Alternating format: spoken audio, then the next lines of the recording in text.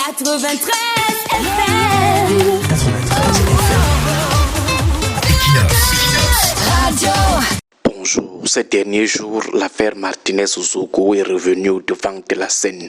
Il y a encore eu quoi? Ce qu'il y a eu, c'est que lundi, au tribunal militaire, la parole a été donnée à un expert judiciaire des communications numériques à qui l'État avait demandé de rechercher toute information utile et faire toute observation utile sur l'assassinat de Martinez-Ozogo. L'expert est un professeur d'université ayant étudié en Russie et habitué de ce genre d'investigation, le professeur Bell George Bichoka. C'est la 32e personne qu'on appelle comme ça pour aider le tribunal à comprendre ce qui s'est réellement passé dans l'assassinat de Martinez-Ozogo et qui a fait quoi. Le médecin légiste qui avait examiné la dépouille de Martinez était déjà passé pour fournir aussi des informations. Par exemple, elle avait révélé de manière formelle dans ses analyses que là où on avait trouvé le corps de Martinez, ce n'est pas là où on l'avait tué. Ces experts, on les appelle les témoins. Ils donnent juste des informations qui peuvent aider le tribunal, des informations qui pourraient être exploitées par le juge le moment venu. Ils ne viennent donc pas pour dire que tel est coupable, que l'autre ne l'est pas. Ils ne sont pas des juges. C'est le tribunal qui saura comment utiliser leurs informations au moment de rendre son verdict.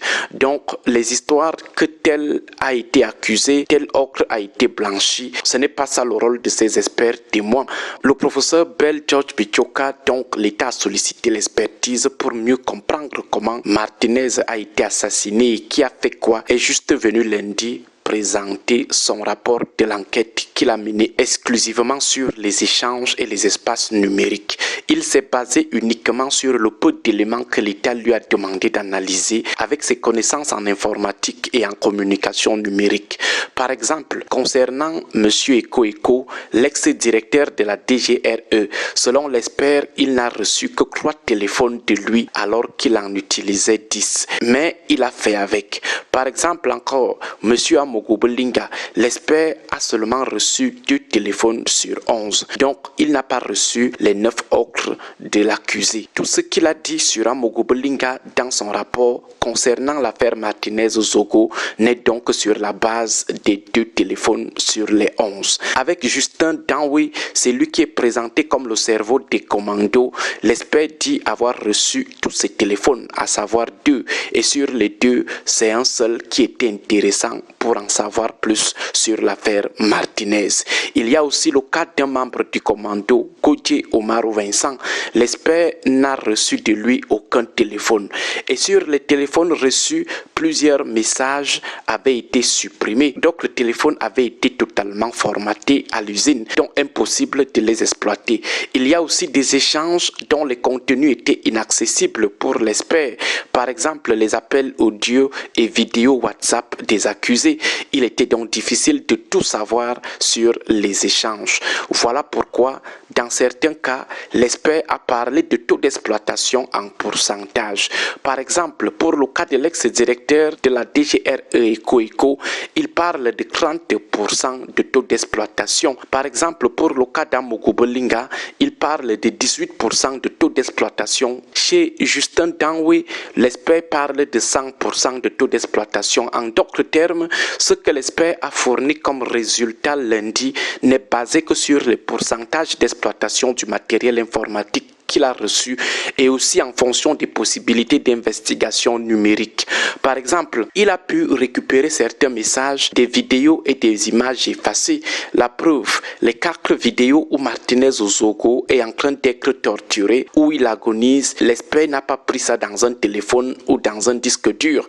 Il est parti fouiller dans l'espace de stockage Google d'un membre du commando qui n'a d'ailleurs jamais remis un téléphone pour investigation, le commando Gauthier Omarou Vincent. L'expert Bell Bichoka, dans ses investigations, a aussi dû solliciter certains opérateurs comme MTN et Orange pour identifier les numéros de téléphone qui n'étaient pas enregistrés sur les téléphones exploités ou pour avoir des éléments de géolocalisation des gens cités dans l'affaire Martinez-Ozogo. Même comme il y a d'autres informations que les opérateurs ne lui ont pas fournies afin de localiser avec exactitude où se trouvaient certains à des moments précis ou alors où se sont déroulées avec précision certaines scènes de l'assassinat l'assassinat de Martinez Zogo. Voilà pourquoi l'expert a beaucoup parlé des rayons. Personne ne sait encore où Martinez a été torturé ou tué.